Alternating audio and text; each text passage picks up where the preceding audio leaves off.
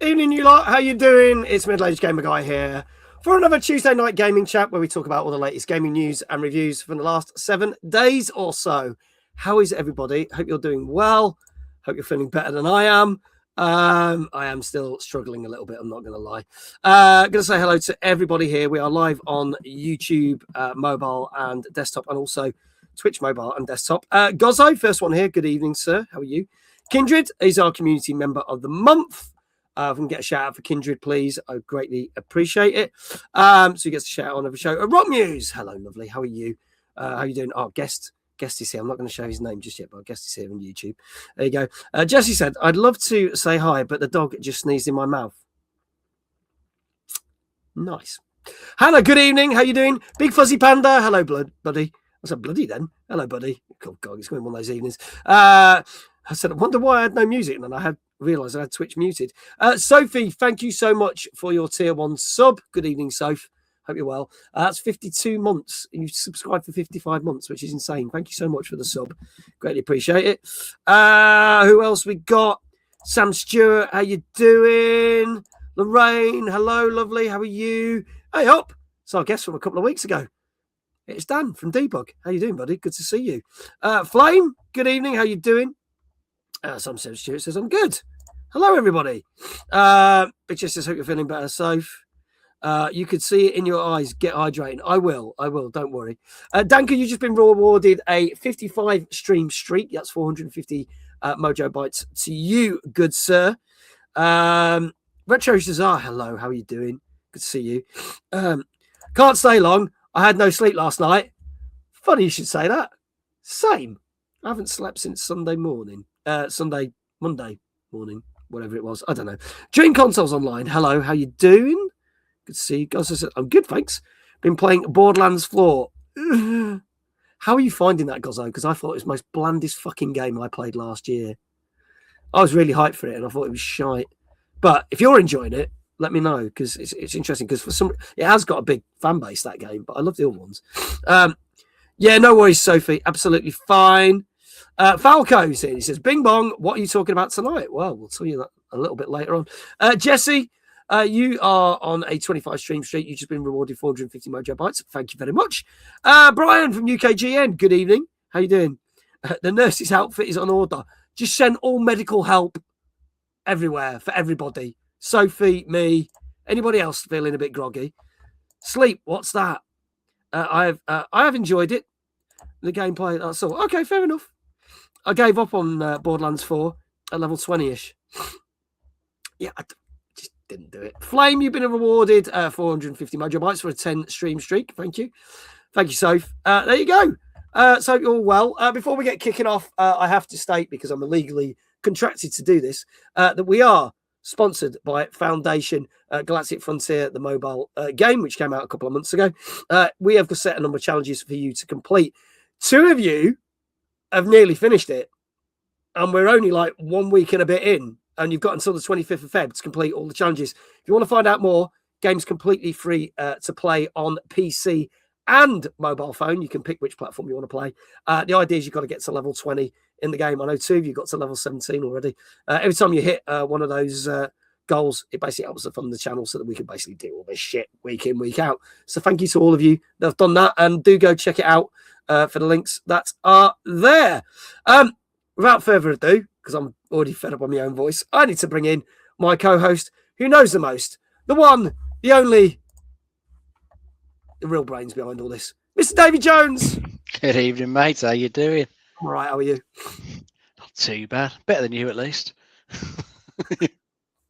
I'm just like, you need some beauty sleep.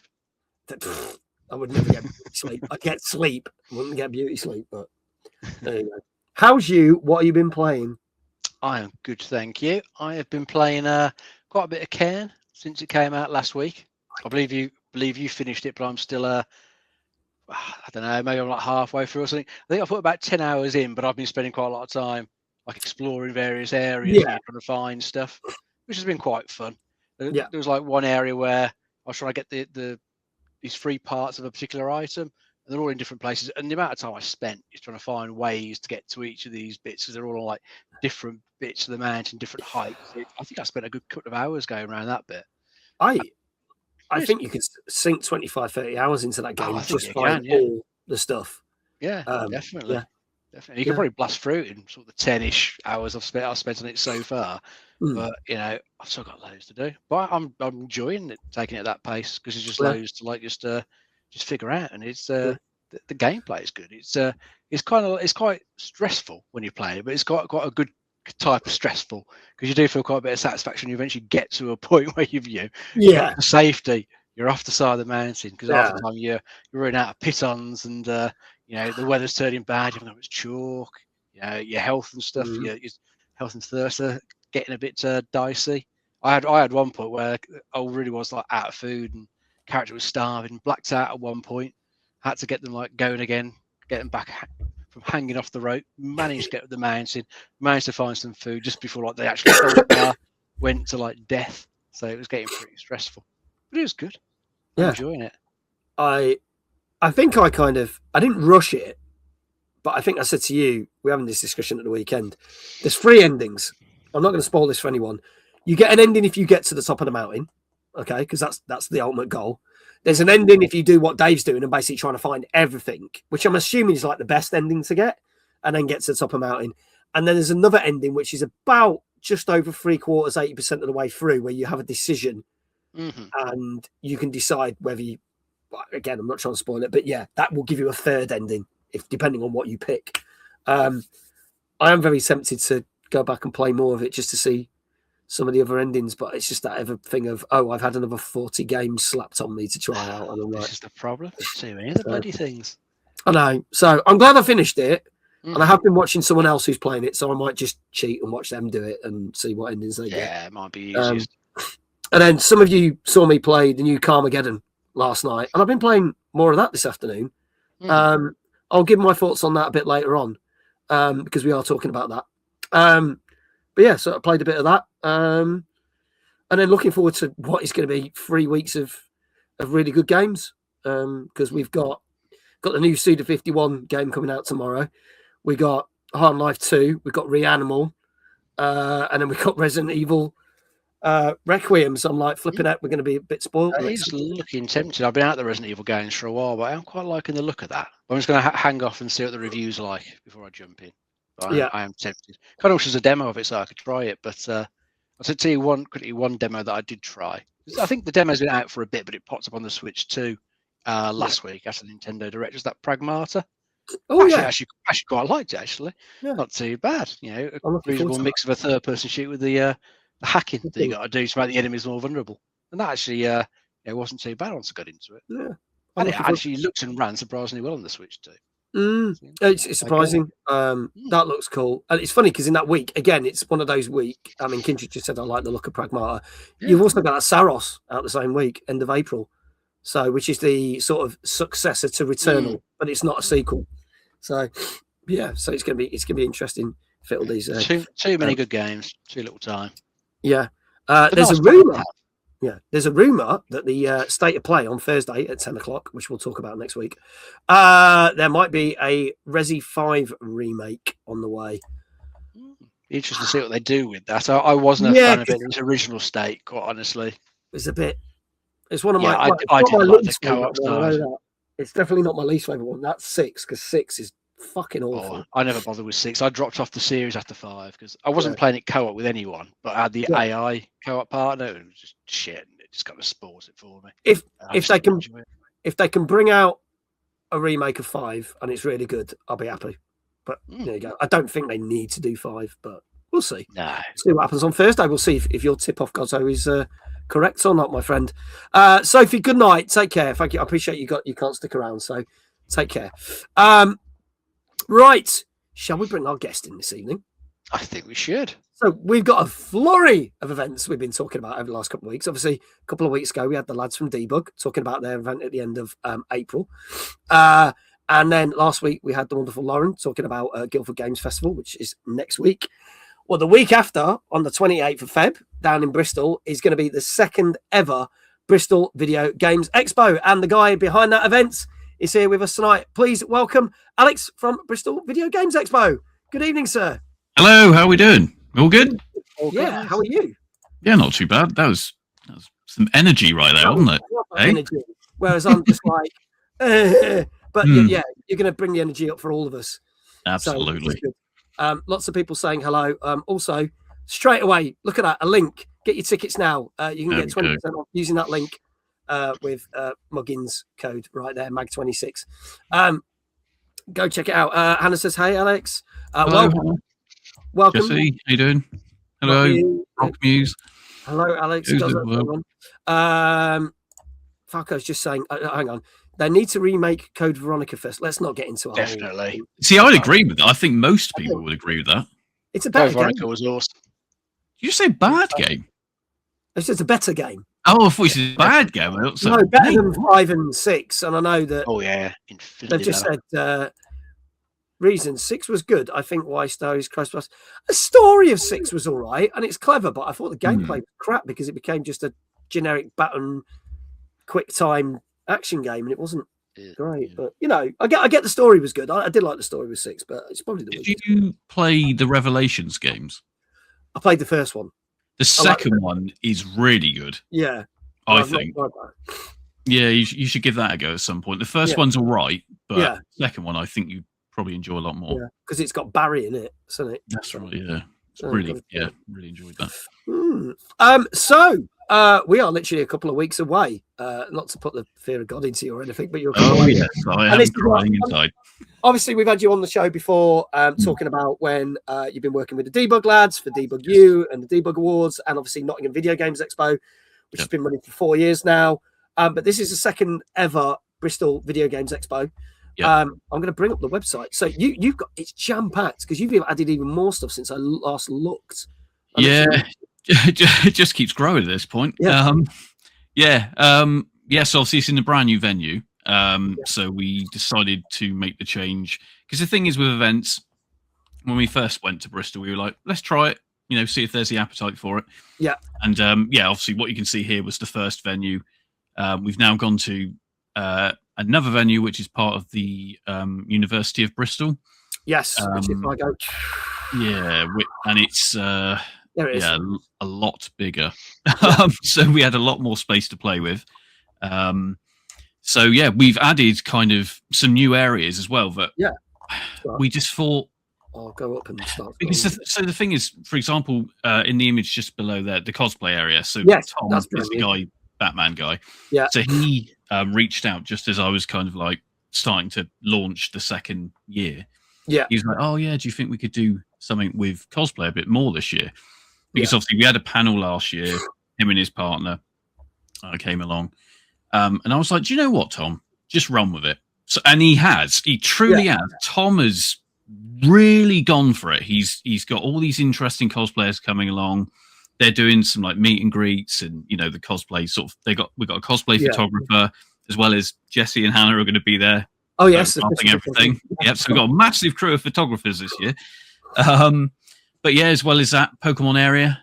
So one of my friends, Jed, he runs a podcast called the Pika Powers Podcast. Mm-hmm. And it's the 30th anniversary, I believe, near enough the weekend of the event. Okay. So we're like, let's run with this. Because again, people might say, well, hold on, that's not gaming. But hold on. When I first remember Pokemon, it was the games more than it was the series, right?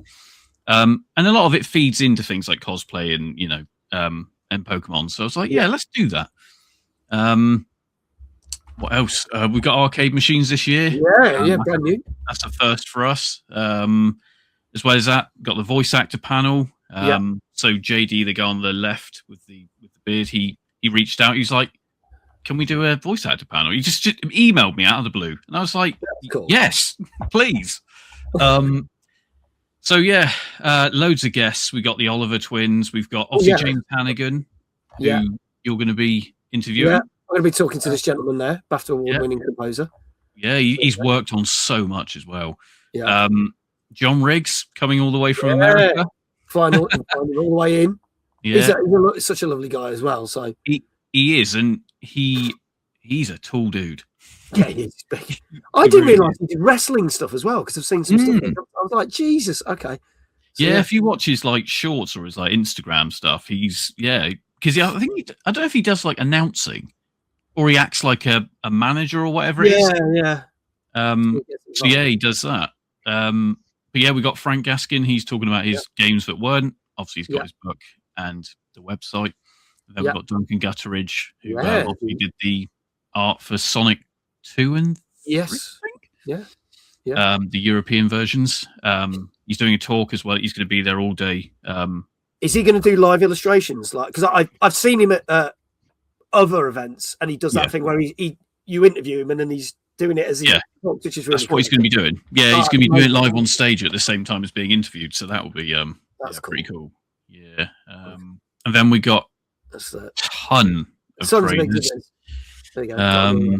Loads of traders. So all the types of things related to gaming, Pokemon, then they're going to be here. And to be fair, a lot of these are kind of staples of our events now, like Sore Thumb, Right Sprite, Dream Consoles, Retro Bristol. They're all awesome. I think Barry's in the chat, actually, Dream Consoles. Yeah. He was a second ago. Yeah. And then Matt, obviously, Light Gun. Matt usually goes to Timeless, right? Yeah, he does. Yeah, I think he's a staple for both. I think he's a staple for every gaming event ever going. To be honest, I think he is, to be fair, but he's such a good dude. He is. But yeah, and then obviously we got the expanded debug indie game area, which is sponsored. We haven't actually announced this anywhere yet, or I can't remember now. Sponsored by Secret Mode. Oh, nice! So we've got it. It's not actually listed on the website yet, but it will be. So yeah, and that. The list of the games that we've got there aren't. There's even more to add to the website, so they'll be getting added soon. Last year, again, as it was a first event, we had like 5 or 6. Yeah, so not many people had heard of the event, and I think we've now got 29, something like that. Yeah. Falco says, "Have you got a Street Fighter competition event? Yeah. No Call of Duty or anything like that?" Well, so we did toy about the idea of Call of Duty. It's not something we would never do. It's something we could potentially do, but at the moment we've literally used up all the space. So, I would love to be able to add even more. But currently, because we've got obviously the LAN areas for Quake 3, Minecraft's a new one for us this year, because we've got a lot of families coming. We sell a lot of family tickets and children's tickets. Not that everyone who plays Minecraft's a child, but what I mean is it's their it's their type of game. Everyone loves Minecraft. Yeah. Nintendo Bristol, they'll be doing their Mario Kart tournaments. A retro gaming area. Yeah. Naturally. Amazing. Yeah, I mean, I think that's pretty much it. Yeah, and we should probably give a shout out to the sponsor, because I don't know if he's watching or not. Yes. The wonderful Mark from the Gaming News Agent, who is sponsoring the event. Is it on? It's on the thing, isn't it? There it is. It's on right at the top. It should say. There we go. Event sponsor. There you go. So yeah, that's pretty damn multi-pack. So starts at what, 10 o'clock? Yeah. So for VIP ticket holders, which obviously we've sold out of those ones. That's from 10, and then from 11, it's every other ticket type. So families, adults, children, etc. Cool. I should pull up the schedule, actually. There you go. Oh, there you go. Guest speaker. Street Fighter 2 Turbo Tournament. There you go. There you go, Falco. Just for you, good sir. 11 a.m., 12 p.m. Duncan Gutteridge, 1 p.m. the Oliver Twins. The voice actor panel at 2. James Hannigan at 3. Good, I know what time I'm on now. I was going to message you next week and go, what time do you need me? 4 p.m. Frank Gaskin. And then also the gaming areas. Obviously, the arcade's open all day. All these are all day. Literally all of that is throughout the entire day. A shout out to actually Computer Nostalgia Heaven. So he's always been at our Nottingham events, and he wanted to come down for Bristol last year, and naturally, absolutely. So he's got a lot of development consoles and kind of prototypes that you just don't really see. So big shout out to him. He's supported us from day one as well. So nice. That is a stacked lineup, and it finishes about 5 o'clock, 6 o'clock. About 5. I mean, it can overrun slightly. We've been told by the venue that we don't have to be out until God knows what time. So if it continues on, it continues on. But yeah, the actual posted time is till about 5 o'clock. Okay. Falco says, I'm not a big fan of Street Fighter games, but they are fun. I won't compare. Yeah. Give it a go. You never know. You might win. You never know. It depends who's there on the day. Yeah, it does, doesn't it? You don't know. You might have some hardcore fans, or you might just have some part-timers just button mash. You might beat them. You don't know. I think the issue we had last time was Quang turned up, and obviously Quang's okay. Yeah, he's obviously a massive Street Fighter fan, and he's amazing at it. So, damn. Okay, remind me never to play a challenge with him. He was literally on the show a couple of weeks ago. So, yes, yeah, I'm not going to play any games with him because I've got no chance of winning that. Yeah, he's very good. So, if you want to get your tickets are on sale now. Obviously, the VIP tickets have gone completely. But you can get 20% off tickets by using the exclamation mark in the Twitch chat, and I'll drop the links in the YouTube chat in a minute. Exclamation BVGE. There's a code MAG26 will get you 20% off all tickets. The tickets aren't expensive, are they? Really, it's probably one of the best value for money events I think in the UK. I'm not going to lie. So, and that was kind of what we wanted to do with this. Is it's not. Basically, every penny that pretty much goes into it or gets from tickets pretty much goes straight back into it. So, for example, the sponsorship from Secret Mode has gone towards hardware.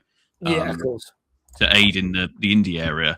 And, it's the same with the Gaming News Agents sponsorship. It's gone into things like advertising and, all those bits and pieces. And we've just tried to drive down the price as much as we can, and in fact it's cheaper this year than it was last year, and most events can't really say that.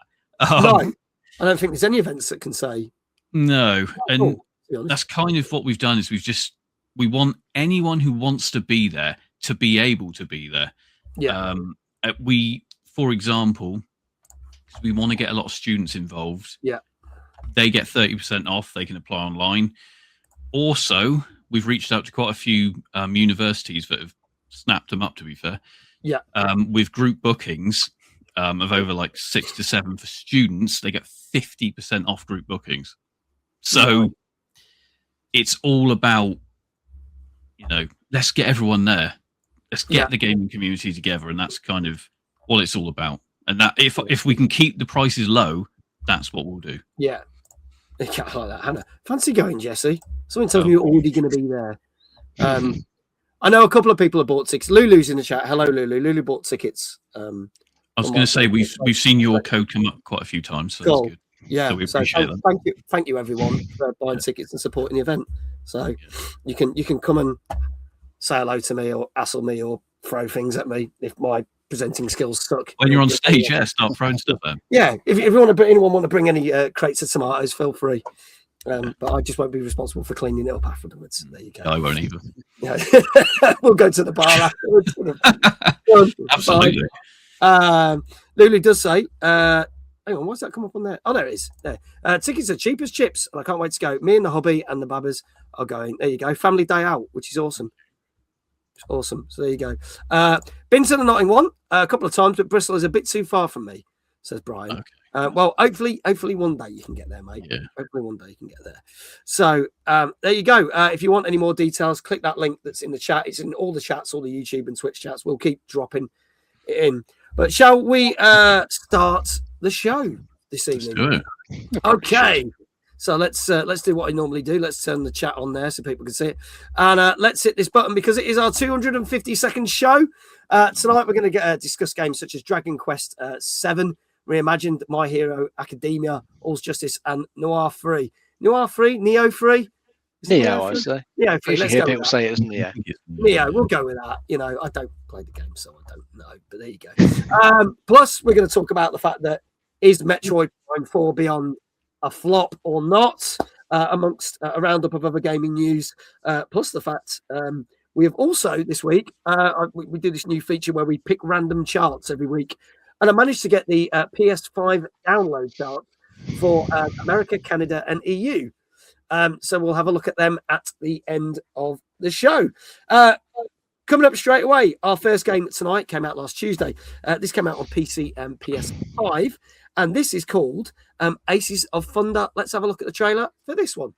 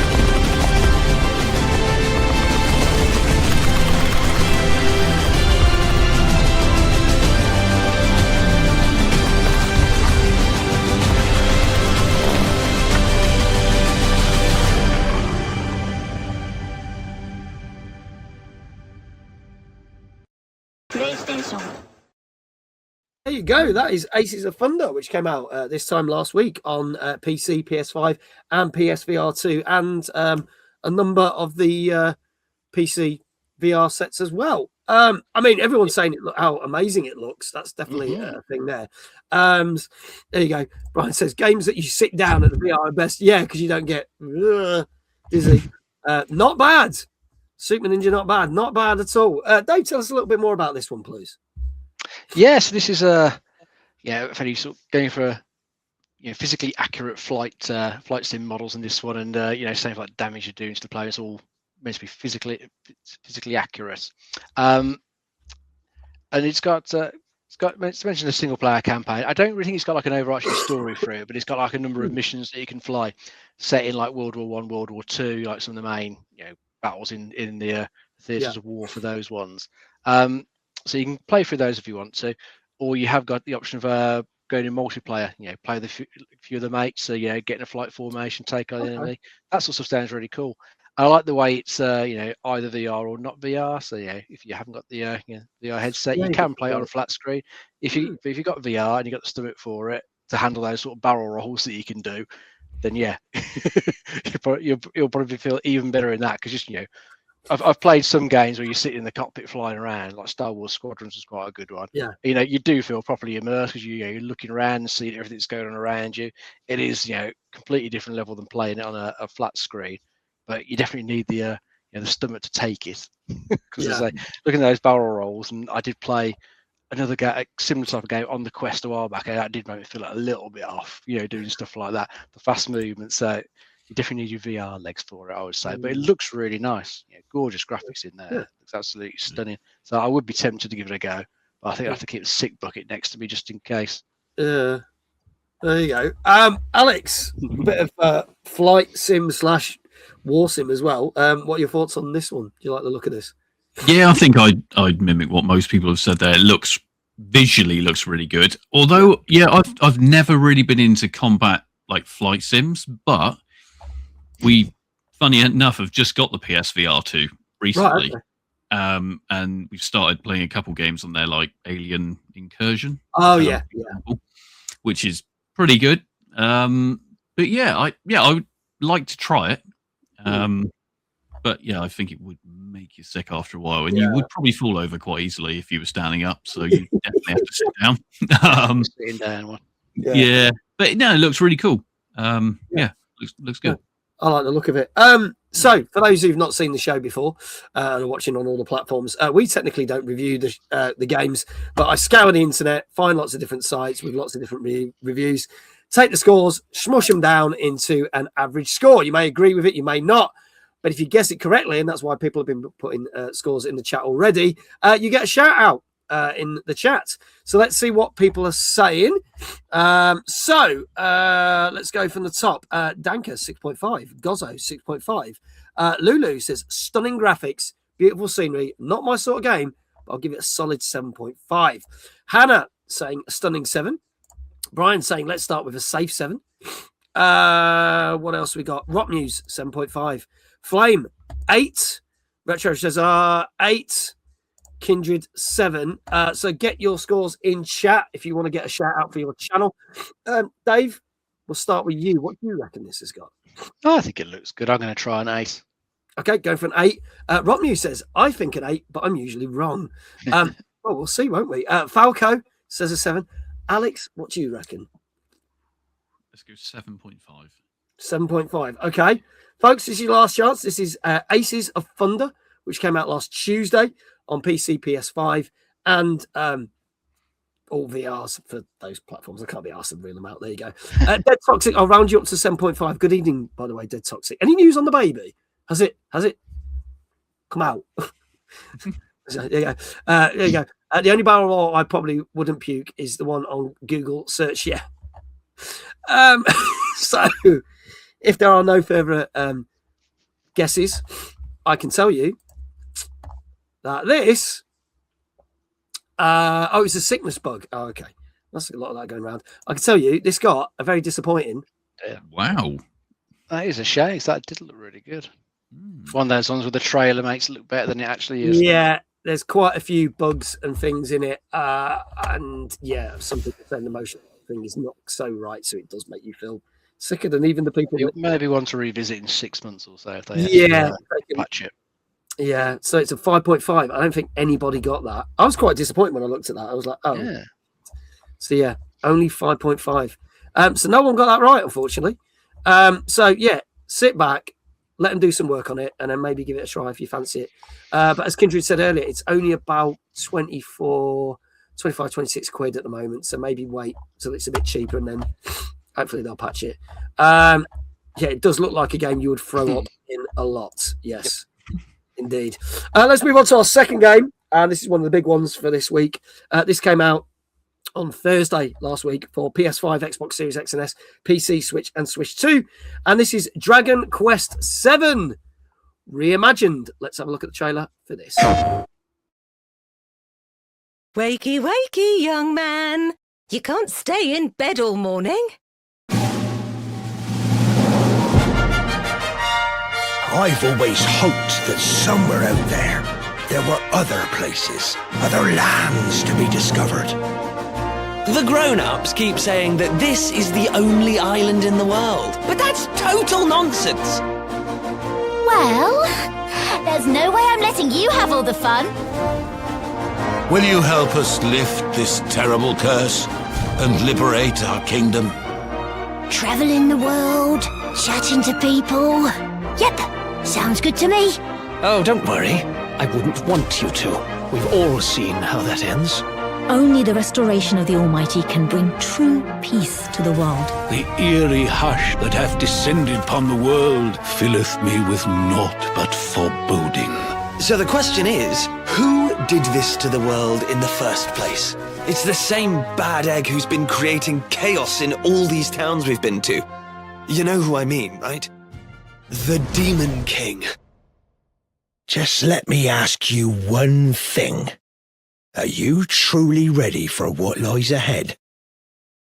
I fear something nefarious is afoot.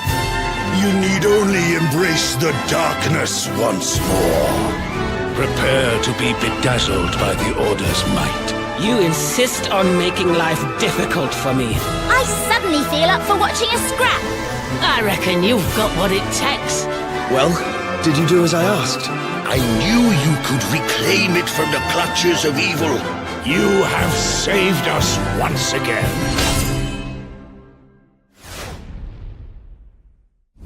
Foolish puppets. Your so-called Almighty was long since cast into oblivion at my hand.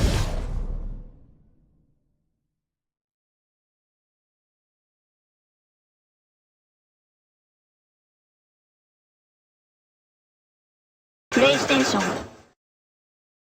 There you go. So they have reimagined Dragon Quest VII for all those JRPG fans. Now, obviously, you know that we ain't really JRPG fans on this show. Renegade of Slack, thank you very much for the follow. Greatly appreciate it. This one is about, thank you, Kindred, about 50 quid on the PC, 60 quid on PS5.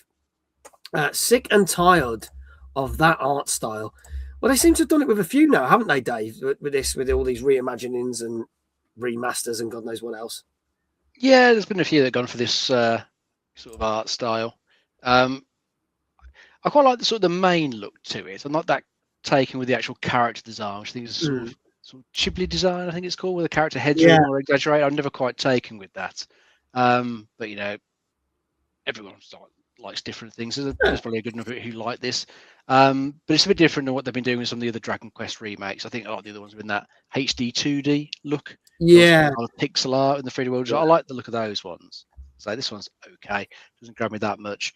What they're doing with this game now, because they've called it Reimagined, so they have made a few changes to it. This is like the third time they've done something with this game now. So I think originally it was at the PlayStation in 2000, had a 3DS re-release in 2013, and now it's back in this new form.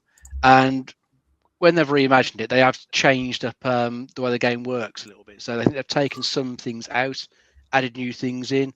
They sort of smoothed the sort of games progression, and sort of sanded off some of the rough edges to it to make it a bit more of a smoother experience for newer players who are coming to this the first time. So it might be one of those games where it doesn't quite please the old hardcore crowd who really like the originals and like the way they played and liked all the story content that was in them because of what they've changed in it. But it sounds like it will be quite welcoming to people who aren't familiar with the Dragon Quest series. It's one of those series that's always been massive in like Japan, but you know, I never got into any of them when they came out over here. It's been some JRPGs like yourself, so I kind of just ignored all these. But it is a massive franchise, lots of fans of it around the world. But from what I can say, it just looks all right, but it doesn't really appeal to me. Again, like just because Dave and me aren't fans of this genre, we try and cover as many different styles of games on this show, because just because we don't like those games doesn't mean that people shouldn't know about them. So I know there's some people that in the chat that do love it, and there's some like so try and make you aware, because some people, as you said, are going to lap this up big time. Oh yeah, love it. Yeah. Alex, have you played any of the Dragon Quests, and does this reimagining take your fancy at all? No, never touched any of them. I've played obviously quite a lot of the different Final Fantasies over the years, but never touched Dragon Quest for some reason. I've known a few people who've played them, and they seem to really like the people who love them. Really love them. It seems to be that kind of you love them or the whole Marmite situation, right? But yeah, would I play Dragon's Quest 7 or whatever it is? Probably not. Yeah, no, you're like us then. We're like, nah. See, now, someone who would, Mr. Dave Johnson, good evening. We're not talking Final Fantasy, we're talking Dragon's Quest, but he loves his JRPGs, does our Dave. So, he might try this one. Let's see what scores we got. Chat, get your scores in what you think this might have scored. Danka says, this is a no-brainer. It's got to be an 8.5.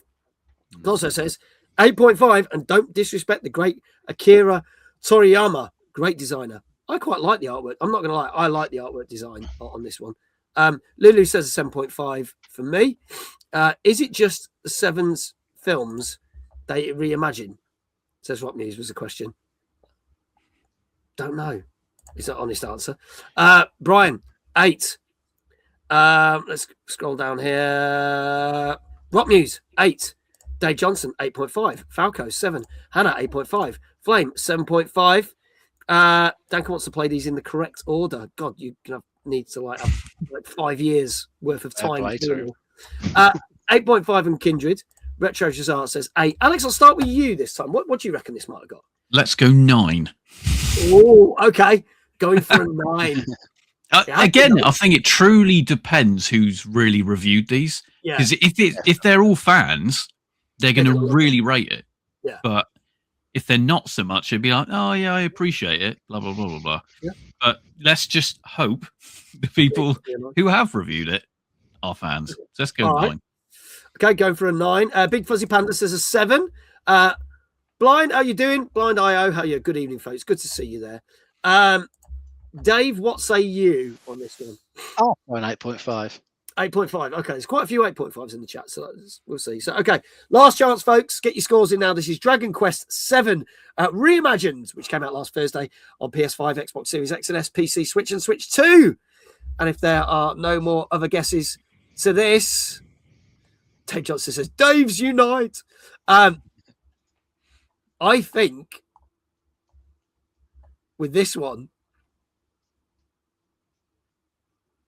it wasn't bigger fans that reviewed it because this averaged out on a 7.5. Oh, okay. And that's interesting is it did get some 8.5s and above, but some of the more major outlets like Gamer Ranks, GameSpot, IGN were like 7s and stuff.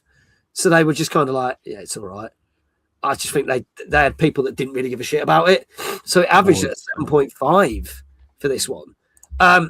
Did anyone say a 7.5 on this one? Big Fuzzy Panda was close with a 7. Flame, well done. You got it right. Flame, we give you a shout out. Your first one tonight. In fact, the first person to get one right tonight. Lulu as well. Congratulations. You got it as well. Well done. So you're the first 2 people to get that. But yeah. Yeah, I like that because it's like, there's shit no respect at all. Yeah, I know, clearly. A lot of people prefer the originals when remakes are done, yeah. And I guess because this isn't a remake, as we said, it's a reimagining, might not tick all the boxes for some of the fans. Dankin says, wow, my score radar is well off tonight. Yeah, you've not hit one yet, but we've got another 6. Should be fine. The guy who reviewed it for IGN was a massive fan, but still only gave it a 7. Okay, so I got that wrong. Okay, so he's a fan, but he just didn't think it was. Maybe that's the thing. A reimagining is not what they wanted. But there you go. Let's move on to some gaming news. This is an interesting one because Nintendo released their earnings report for last year. And there seems to be something missing from it. There was a little known game that people were waiting a long time for, which both Dave and me played, called Metroid Prime 4 Beyond. Now, it kind of got in my top 10 games of the year, but I did say it would have got better if it wasn't for the fact there was a lot of filler at the end and there was shite. Like if you cut that last quarter out at the end, it would have been a perfect game, but they kind of ruined it because of that. What's interesting is they've announced a load of sales for all the other games. So literally the month before, we had Kirby Air Riders. That has sold 1.8 million, well, done 1.8 million units. So that's done really well. Mario Kart World, since its release, has a combined total of, with console and without console, 14 million copies. And as we know, it's still the number 1 game in the UK sales charts right now, as it stands. Or it was last week anyway when we talked about it. And not doing too bad, because they gave it more of a push. It came out in the summer and gave it more of a push during Christmas, was Donkey Kong Bonanza, which got 4.25 million units sold. What's interesting is we saw a lot of Nintendo games coming back into the top 10 chart last week, but Metroid wasn't one of them. And it seems to think that they're thinking it's possibly sold less than 1 million. And the question is, if that's the case, why have they left it out? And why do we think it hasn't sold well? So that's my question to Dave and Alex. And chat, get your thoughts in. Let us know. I think Metroid, it isn't one of Nintendo's most popular franchises. You know, it's been around a long time, like the Marios and the Zeldas, but I just don't think it's ever sold anywhere near as well as those ones. Yeah. Plus, the reviews weren't that favourable to it. They weren't bad, but no, it wasn't like a game that got a 9 or anything like that. No. It was more around the sort of 7.5 mark. Yeah. So it was just an okay game. Plus, it's the 4th in the series that probably a lot of people aren't that fussed about. So, probably just didn't sell a huge amount because of a few of those factors. Yeah. I still enjoyed it. It was a good game, but it had its problems. Yeah. So I hope if they do a 5th one, they can improve on it. Yeah. So definitely a lot of areas that they could improve on from the 4th one. Yeah. Alex, did you get to play this? No. So I haven't played a Metroid game in a long time. Right. Okay. Can't even remember the last one I played. Yeah, but I don't know. I think the Metroid, it seemed to release, but they didn't really shout about it as much as their other Nintendo titles. It seems like it. It just didn't feel like it had the marketing push like they would normally have. I don't know whether Nintendo Direct did it. They gave Kirby Air Riders 2 full Nintendo. Yeah, I couldn't believe that. Anything like that. Yeah, it's weird. Don't know, because you would think the fans of like the older ones would be like all over it, but it's interesting because there was a lot of hype surrounding it with the build up to it, and then as Dave said, Nintendo Direct didn't really give it a lot, and then it just kind of came out, and it was like, okay. I'll be honest, I Kirby Air Riders is a great game, but it's not as fun as I actually think it's not as fun as Metroid. But do you think that they were kind of like, oh, we've been trying to get this out for a while, it's delayed, but now it's come out, we realise it's okay, so we don't really want to make a fanfare about it? You would hope Nintendo wouldn't do that, would you? Nintendo aren't normally like that. So they don't want to shout about it so they can recoup the money back on it. Because exactly. It's been over for years. Must have cost a chunk to make. I've only seen the last couple of weeks some adverts for it, weirdly. So it's almost like they're trying to push it now, which is weird because they did that with Donkey Kong like 3 months later. It did really well, and then they were pushing it all the way up to Christmas. But as Brian said, the week Metroid came out, the only Nintendo adverts showing at the cinema were Mario Kart and DK. It's Mario Kart, though, isn't it? I mean, you probably wouldn't even have to. Well, you wouldn't have to run an advert, and Mario Kart would still sell. Yeah, 14 million units sold so far, and probably still going, and probably will. Mario Kart 8 is still in the top 10 UK sales charts, so that's been out donkeys. So yeah, it doesn't surprise me at all. Yeah, they are bigger IPs compared to Metroid, but we'll see. It might come out in the next earnings report, but it just seemed weird that it's almost like they were kind of going, we just won't talk about it. Everything else they announced, but just shoved it to the side. But there you go. Poor old Samus. There you go. Let's move on to our next game. This is a game that is on early access, which came out on Thursday on PC and is part of a game preview on Game Pass. This is the strategy game Menace. Let's have a look at this.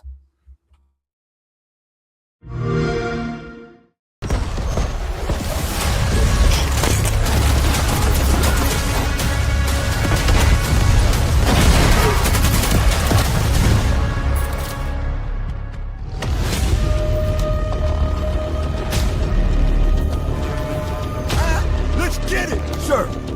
Where you need me.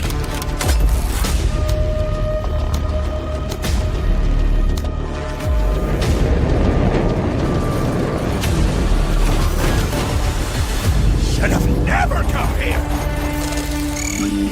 Gate Ripper! Hardware destroyed.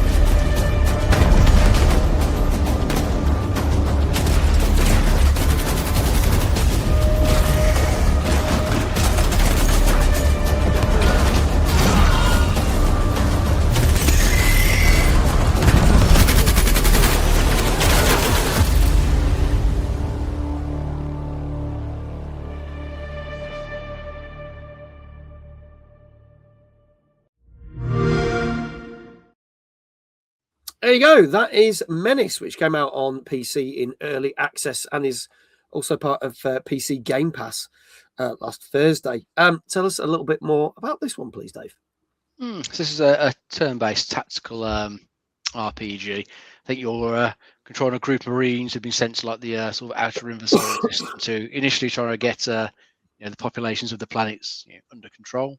But pretty soon, like an alien threat rears its head, and you've got to try and join forces with all these other populations on the planet to try and like push the aliens back. From what I can see in the trailer, from what I've read about it, it looks all right, but it is early access, so you've got to bear in mind that it ain't feature complete at the moment. I think the story is a bit lacking at the moment, but hopefully that's something that will come along during this early access period, however long that is. But gameplay wise, everything looked pretty decent to me. It looks like you got good variety of characters and weaponry and vehicles to use to push the alien threat back. So it's something I might keep an eye on it, but I rarely ever jump into any early access stuff. So when it hits like it's proper 1.0, I might take another look at it then, because I do quite like playing these sorts of games occasionally. and it looks like it's got promise there. But we'll wait and see if it can actually fulfil that potential. Yeah. Okay. All right. Alex, your thoughts on this one? Generic. I hate to say that about games, if I'm honest, because I can't create a game. So if you've gone and made a game, amazing. But it's really not my cup of tea, and it just looks very just like stuff we've seen before, reskinned. But yeah. Is it Xbox exclusive technically? Being obviously it's on PC, but you can get it on Steam. But it's not about on PlayStation. Yeah, it's normally about £34. It is down to £26.24, said Kindred. But it's normally £35 on Xbox if you've not got Game Pass, which is pretty expensive for early access. But yeah, don't know about that one. Yeah, I treat early access as a demo, play it briefly, then wait for the full release. Let's see what people are saying. Chat, get your scores in now. Let's see. Danker saying an 8. Gozzo, 8.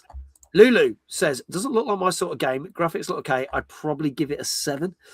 Brian, 8.5. Falco, an 8. Big Fuzzy Panda says a 7.5. Rockmuse says a 6.5. Hannah says an 8. Mr. Johnson says a 7. Flame says a 7. Dave, we'll start with you. What do you reckon? I'll try a 7. Going for a 7. Okay, Retro are also saying a 7. Kindred with an 8. Alex, what do you reckon? Yeah, I'd probably say 7, but to be a bit different, let's go 6.5. Okay, 6.5. So on the lower end of the scale. Last chance, folks. This is Menace, which is in early access on PC. You can also get it on PC Game Pass, which came out last Thursday. Dave's Unite again, says Dave Johnson. It's gonna be the thing. I can tell you that this for early access got 8 out of 10. Really? Yeah. Now this is surprising because we get a lot of early access stuff, and some we get some really awful scores, and then the game never sees daylight. Or we get some that are awful and it gets better, but it's still not great. Or we get some that are middling and then they get better. This one's coming strong. The reviewers have basically been saying with this one, yes, there's a lack of story, so it's a bit incoherent. Yes, there's only 3 kind of worlds, but the performance on it is very, very good for a game of this type. So it's almost like they've not fleshed it out, but the actual gameplay mechanics are spot on. I think Kindred just said there, I just saw. Where is it?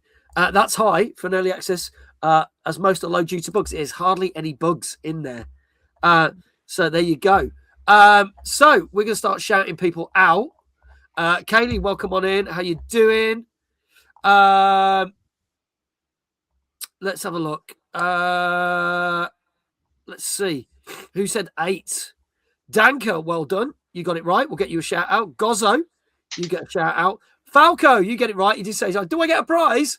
We'll give you a shout out, Falco. That's about as, otherwise we'd be bankrupt if we were giving anyone prize. Hannah, well done. You got it right as well. Kindred as well. There you go. Thank you so much. They've done all those shout outs. There you go. I'm going to blow my nose. There you go. Really sexy. There you go. Woo! Yeah. If you are interested in that, go check it out because it's getting good reviews. Good reviews indeed. And from tactical games to something a bit more obscure. This also came out on the Thursday on PC, but isn't on Game Pass. This one is called Hermit and Pig. Let's have a look at the trailer for this one because this one's a bizarre one.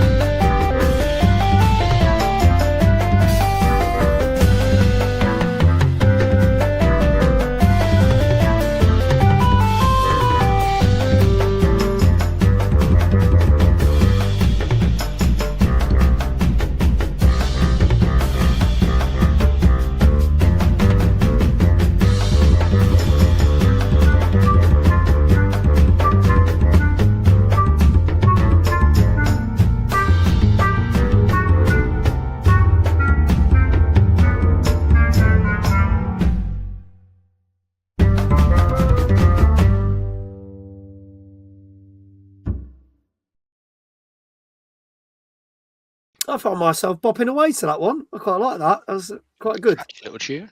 Yeah. Dave, tell us about this one, because obviously there is obviously some turn-based combat in this. So it looks like it's a form of RPG, but it looks like it is. It's a sort of narrative heavy sort of RPG, or playing as a hermit who's trying to sort of live in the outskirts away from everyone else with his pig, and they eventually just go like foraging for mushrooms, but they end up getting caught up in some bigger, I think, corporate conspiracy that's affecting nearby towns, and they end up going to investigate. Yeah. Looks okay. I quite like the art style to it. Fairly simple, but it looks nice. And you can see from some of the gameplay stuff that came in there, you have got like combo based fighting that comes up in there. So I think you're just doing like button presses just to sort of keeping time to the combos. But then you have got this sort of social anxiety driven dialogue system, because you're a hermit trying to keep away from you're socially anxious. So if you're going to say like the wrong thing in a conversation, I think you get like cringe points taken away from you. So you've got to be careful, pick the right thing to say, try not to end up too anxious about it. So it looks interesting, and it sounds like it's a game that is kind of like made for like everybody, because there's certain aspects of it you don't like. You can knock loads of things off in the options. You can just make it completely just story based if you want, ignore all the other stuff. So plenty of options for people to play it the way they want. It looks like quite a cool little game. Yeah, I do like the look of it, to be honest. I'd give it a go. Yeah, cool. Alex, your thoughts? Yeah, love it. Over the top craziness. I love that, and it mixes like so many different kind of like game types in there as well. It's really like the look of that. Yeah, cool. My kind of crazy. That I think that's perfect. Okay, sorry, it made me laugh. JL, good evening. How you doing, buddy? Great to see you. Welcome on in. Let's see what people are saying. Danka says I'm in love with this one. 9 out of 10. Apparently this is £11.51 on Steam at the moment, but normally £12.79. So that's not bad at all, is it? Compared to pretty decent either way. Lulu's like, what the fuck is this? I love it. I need this in my life. 8.5 from me. Hannah says, oh, cute, an 8.5. I don't think I'd like it, says Rock Muse, but I think others would. 8 out of 10. Gozzo, going for a 9. Brian, 8.5. And Flame for an 8. Chat, get your scores in now to get a shout out in the chat. Retro are also saying an 8. Alex, I'll start with you. What do you reckon this has got? 8.5. 8.5. Okay. All right. Dave, what say you? I'm going to try an 8. Going for 8. Everyone's scoring quite highly tonight. Falco with a 7 there. Last chance, folks. This is Hermit and Pig, which came out on Thursday on PC. And if there are no more, another video had the phrase, oh, I'm startled, sorry I farted, then he lost cringe points. Yes, 8.5. There you go. That's right, Kindred Street. Big Fuzzy Panda, 7.5. Everyone likes a good fart joke if it's delivered, raspberry.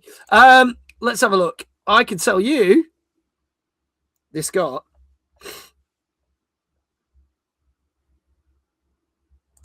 8.5 out of 10. Thanks. Well done, Alex. You got that right. Let's get finally got one. Yes, go on, son. First one of the night for Alex. Go check out !BVGE. You can get 20% off discount, 20% off tickets now for the event, which is on Saturday, the 28th of Feb. And the link to the website is there. Go check it out. Thank you, Kindred. Appreciate dropping that in. Also, to the following people who got this right. Kindred, well done. That fart joke clearly paid off. Zoidberg, also known as Brian from UK Gaming Network. Thank you, mate. Appreciate that. You got it right as well. Hannah, well done. You got it right. And Lulu. Lulu seems to be doing pretty well tonight. She's doing pretty good. So there you go. I think that's a second one out of 4, I think, on that one. So there you go. Well done to everyone there. And as I always say this, because we're halfway through the games, all these people are getting shout outs, and thank you to the mods for doing the shout outs, but they've all got links. Please do click on them, and please do give them a follow, because they come here every week to watch us two yatter on about games every week. So please do go support them as well, because we want to spread the love a bit, especially as we're getting near to Valentine's and all that malarkey. There you go. So there was a couple of news stories last week. I'm just going to kind of skim over a few, because some are just kind of like, I'm going to be honest. I did and about talking about the Nintendo Direct, and I saw a few people in my Discord basically going, "It was all right," and I kind of thought the only game that I was interested in was Turok. And it's funny because we said a couple of weeks ago, Turok was supposed to come out last year, and it was in our top 50 games to look out for, and then wasn't even mentioned in games to look out for this year. And then they kind of went, "Yeah, it's coming out." Still no firm date. So but that was the only game I was interested in. Everything else was just a bit meh. So we're not really going to concentrate on that. But there's a couple of news stories that did catch my eye. And I'll kind of get Dave and Alex to comment on whichever one they think is the most important one out of these. First news story of the week was the fact that the Take-Two Interactive basically said that, believe it or not, GTA 6 is on track for the November the 16th release. And there was rumours that to make sure that it gets that release and doesn't get delayed again for like the fourth time, it would come out digital only. And he went, nah, that's not how it's going to happen. So the CEO basically said it's going to be physical and digital. If we're going to put them out, we're going to put them out both together, which I think is cool because we are seeing more and more of these games that come out digital, and then 6 months, 12 months later, if it's done well, it gets a physical release. So nice to know. November the 16th, but didn't say what year. 2097, I believe. That's cool. There you go. But at least you can get the physical and digital at the same time after the world has ended. Also, PlayStation, also like Nintendo, released a load of figures for their end of year accounts. And Ghost of Yotei, which we saw enter back in the game charts last week, has exceeded sales more than its predecessor, Ghost of Tsushima, in the same time period. Now, it has shifted over 3.3 million copies in its first month, because obviously it came out in November. Or was it October? But I think by November, within the first month, I think that's right. It came out in October. By November, 3.3 million copies had been sold. And what's interesting is Ghost of Tsushima, which came out back in 2020, obviously pandemic and everything, also was slightly cheaper because it was on PS4, because PS5 wasn't around then. That, in the first 3 days, shifted 2.4 million copies in the first 3 days. It then, 5 months later, managed to shift up to 5 million. And as of August last year, has shifted 13 million copies. So if you take the fact that this new game is more expensive, it is actually on track to be doing better than Ghost of Tsushima. So Ghost of Yotei is doing very well. And as we saw, it was like number 22 and rocketed back into the charts. Mm-hmm. So it's doing very well. Final thing, Baulders Gate 3 fans, maybe rejoice, maybe not. If you want to continue the story of Baldur's Gate 3, you might be able to in the brand new HBO TV series. No, there's no DLC coming. But the showrunners of the very successful The Last of Us are making a Baldur's Gate 3 show. Now, obviously, we've seen the success of Fallout on Amazon, which has done 2 series. And The Last of Us, first series, very good. I'm not going to comment on the second series. Bit like that, but still went on to win many awards. But here's the thing that worries me. Yes, you've got a good team of people that are going to be working on this show, HBO. But as Kindred has just pointed out, Larian, who are the company that made Baldur's Gate 3, are not involved at all. Whereas with Last of Us, the main team from Naughty Dog were involved. And obviously Todd Howard was massively involved with the Fallout TV show, overseeing stuff to make sure it's good. That worries me a bit. And apparently it is to do with the fact that Baldur's Gate 3 licensing is quite complicated, because technically Baldur's Gate 3 is a form of Dungeons and Dragons, and Dungeons and Dragons is owned by MB Games. So they're technically working with MB Games to do things. So why not call it just Dungeons and Dragons and not Baldur's Gate 3? Mm. And I don't believe at the moment there's any announcement that there's any of the characters that were in it. So it's a bit like, okay, which is a bit worrying.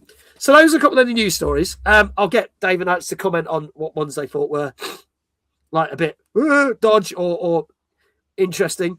I'll start with Dave. Any of those catch your eye? Well, the Baldur's Gate 3 one sounds interesting. I mean, it does depend, and if they get some good writers, and can keep up with how well it was written in the game, because that's some brilliant writing in, brilliant voice actors and everything. If they can keep at that level of writing in the series and not try to change too much, perhaps, then maybe it might have a chance. But for every Fallout TV show, we do get like a Halo TV show. It's the complete opposite end of the scale. It's absolutely dreadful. So it can go either way, when they're trying to adapt these games to a live action series. So I'd keep my fingers crossed for it, but I don't know. I won't keep too much hope, so that I'm not too disappointed if it does turn out bad. But at least if it is, we've got the game you can play. There's hundreds of hours you can put into that. You can get. I still haven't finished it. I need to go back to it. Yeah, it is that good that I will do one day. And fantastic stuff. The other thing I'm going to say is, Larian have got a lot of work, because obviously they announced Divinity Original Sin, the new one. Obviously that was big, featured at the Game Awards back in December, so they've got their sights focused on that. So do they really need to be involved with a TV series? I guess that's the thing. If they're going to be making another, I would think, a highly award-winning game, because they always seem to bring out quality games. So. Yeah, Divinity will keep them occupied. And as you say, it's not their IP anyway. Baldur's Gate is licensed from is it Wizards of the Coast? Yes, there you go. And Hasbro, who apparently are a bit arsed when it comes to their games. They can be a bit of a pain in the arse. So so we'll wait and see. Okay, keep our fingers crossed. It's more the Fallout end of the spectrum than the Halo. Yeah. If it is, I'll be happy. I'd probably watch it if it does get good reviews. Alex, any of those news stories grab you at all? Yeah, the Baldur's Gate one. I mean, I think it's a bit of a concern because I feel like Fallout works so well. Yeah. I actually really like Season 2 as well. Massive, as you probably are, massive Fallout fan. So, and just all of the nods to all the different games, and just it's so right in like every aspect of the Fallout series. Shouts Fallout, just all the nods and everything. Yeah. But my concern is they've gone, Fallout's done really well. Baldur's Gate 3 was a really popular game. Yeah, everyone loves it. Let's make a series, and do you know what I mean? It just feels like I do wonder. It's happening more common because we are getting the God of War TV series as well. It's the same with the BioShock TV series that's meant to be coming at some point. It's like, are they all just now going, well, things like Fallout was popular, let's do our own thing? Yeah.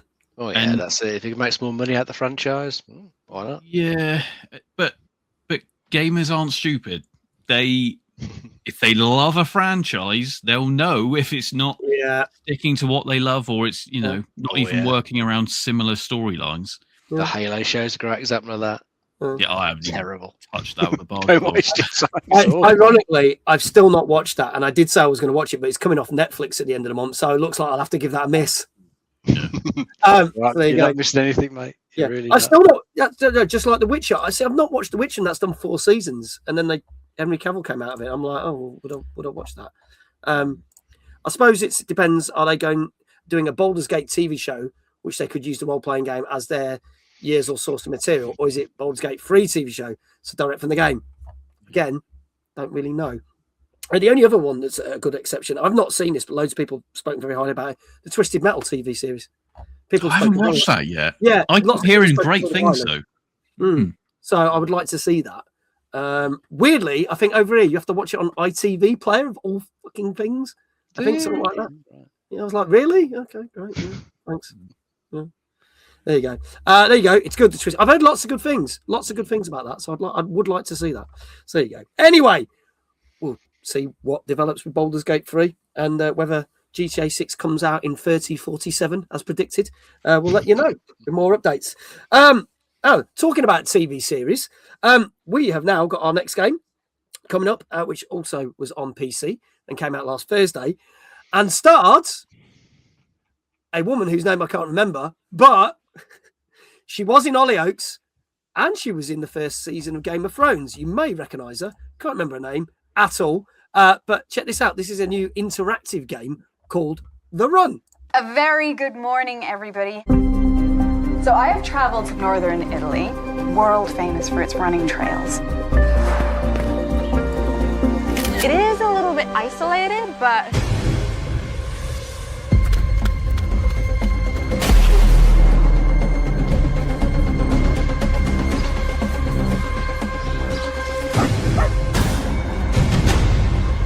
should I go in and check it out? This place is super eerie. Which trail did you take? The north. Then we'll take the south trail. Outside here. Run to live. I don't know how many are out there. This isn't an attack, a shot, and left him to die like an animal. As if things weren't complicated enough already. There's only one option for me.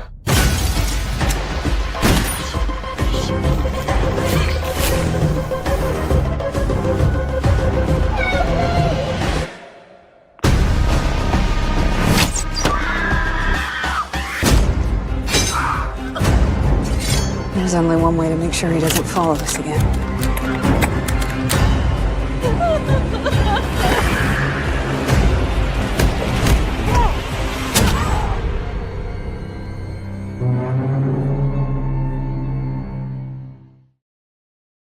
There you go. Thank you, Kindred. Roxanne McKee, that's her name. She's actually been in a lot of high-profile stuff. It's weird. It sounds really bizarre that I know this. Don't ask me why. But Hollyoaks ran a competition to find 2 new actors to get in the show. And she won a competition. So she was in that for a bit. And then next thing you know, she was in the first series of A Game of Thrones. She was the Lady of the Dragon's assistant. And then she backstabbed her and they locked her in a thing and killed her, blah, blah, blah. If you haven't seen the Game of Thrones, spoilers for the first season there. But she's been in lots of other stuff as well. So it was really weird that I played this trailer and was like, oh, shit, I know her. So yeah, How the Mighty Have Fallen. I'm sure she's doing very, very well. There you go. This is very much like a TV series. FM games, I've played lots of these. So yeah, this is normally when we get FMV games, it's done by Wales Interactive, but this isn't. This is done by someone completely different. So Dave, tell us a little bit more about this one. Yeah, someone else muscling on Wales Interactive's niche. But this looks all right from what I can see. Your character is called Zana Hendricks in this game, and she's a fitness influencer. So she's taking herself over to Italy to film herself doing some stuff. Online, please her followers. But in this particular event in the game, she's gone for a run in the countryside of Italy and bumps into a couple of strange fellas in masks who start hunting her down. And it's taking the usual sort of style of FMV games where you get to pick what actions your character takes, and you'll either survive through or you'll see many, many death scenes. So it looks all right as far as these things go. I think I think as you progress through it does show you how the story could branch. So I think you can go back and play the sections differently to sort of see how the story branches, what things you could have done differently. So that sounds interesting. And as I think Kindred put in the chat, it's not particularly expensive either at the moment. I think so. No, it's £10 even when it's not on sale. Yeah, it's about £10. It's now £9 currently. He's also just put this. It takes approximately 90 minutes to play. Story map is a map of the running trail, with little photos appearing when you've made key decisions for the character. The map is great because you can see the paths you missed and how to find them. Over 200 scenes and exactly 20 deaths to uncover, so multiple playthroughs are a must. It only takes 90 minutes. You can at least do a few playthroughs, can't you? Probably could in an afternoon, yeah. And get her killed over and over again if you're that way inclined. So there you go. Alex, your thoughts on this? Back with the FMV now. Yeah, I wonder what the actual audience is for these FMV games. Are they people who love films? Are they people gamers? I don't know. I know it was kind of a product of we can now do video when it in the 90s or whatever. But now I don't know. It's an interesting idea. I do wonder whether once you've played it through 90 minutes, you've watched essentially a film. Yeah. Do you want to go back and play it again, or I don't know. I really don't know. I'm surprised there's people still doing FMV games. Because but maybe that's reflected in the price. Yeah. You know, if it's a tenner, it might hook people in. But interesting. Yeah. It's funny. I was offered a copy of this a couple of weeks ago. I didn't know what it was, and it was one of those days where I had a load of things in my inbox and just went delete, and then it came up this week, and I was like, "Oh shit! I might have actually played that, but too late now, so I ain't getting a copy." But yeah, so it's one of those. They did it with the Black Mirror episodes, Bandersnatch, which was quite good, and I did play multiple versions of that because that was fantastically weird. Why they took that off Netflix, I don't know. You can't play that anymore. I don't know why. But there you go. Let's see what people are saying with the scores. A middling 7, says Danker. Gozzo, 7. Falco, 7. Oh, there seems to be a trend there. Lulu, very interesting take. The acting doesn't look too good, to be honest. I'd probably give it a 7. JL, a 7. Oh my God, everyone's saying Rock Muse, 7. Oh, thank God for Brian. He said a 6.5. Thank you, mate. Kindry said going for a safe 7. Dave, I'll start with you. What do you reckon for this? I'm thinking a safe 7 as well. Safe 7. All right. Hannah saying a 7.5. Flame said 7. Dave Johnson says this better not be a fucking 7 because there's a lot of shouts. Drawn Unicycle. Hello, Drawn. How you doing, buddy? 7. Retro Chazar 7. He says, I'm not doing all these shout outs. Oh, my dear God. Well, Alex, what do you reckon this has got? Let's go 6.5. 6.5. Okay. King goes, come on, lucky 7. It's H. Hello. How you doing? Great to see you again. 7.5. Dave Johnson saying same 0.5. There he goes. Say 7, Alex, and I'll no 6.5. Thank you, Alex. There you go. No problem. That tickled me. Right, this is The Run, which came out on PC on Thursday the 5th. And I can tell you that the mods are going to be happy. But they are going to have to do a few shout-outs because it's got a 7.5 on average. So better than you think. So Dave Johnson, I'll do you a shout-out. It's H, well done. You get yours. Hannah, well done. 7.5 from you. Most people did say 7. But well done to the number of you. There you go. Hannah's like 3 in a row. See, now Hannah's doing pretty good. Well done, Hannah. Well done. So we'll get those shout-outs to you very shortly. There you go. Congratulations to all of you. Our next game is obviously quite known to some, if you know the comics and the anime as well. This came out on Friday on PS5, Xbox Series X and S, and PC. And this is My Hero Academia All's Justice. Let's have a look at the trailer for this one. Can you imagine how the boy must be feeling? Even facing death, he sees One for All as a treasured gift from his favorite hero. Is it possible to become a hero even if I don't have a quirk? I can do it. Visualize yourself as a hero who can arrive anywhere. I won't lose. To show I'm the symbol of peace. If I can't even save one little girl, a hero who saves everyone! Can I really call myself a hero? So, tell me, why is it you want to be a hero? What could you possibly do? I'm sick of all these pretty lies. You know, you're always taking a beating for everyone else, but I want to fight with you.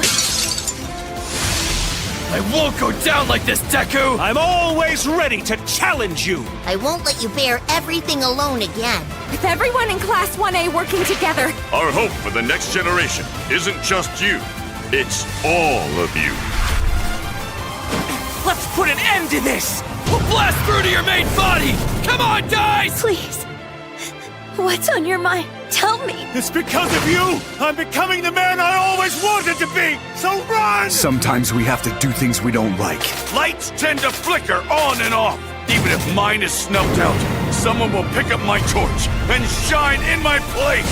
Now, Detroit smash! Quintuple! But even if all I can do is crawl, I'll still fight! Because I want to witness the fire raging in their hearts with my own eyes! This is my story! It's our story! Fear not, cause we are here! You got this, dude! Get wrecked! Stop letting me get ahead of you, Deku. Is it possible to become a hero even if I don't have a quirk? You can. You see, ever since that day, you have been my hero.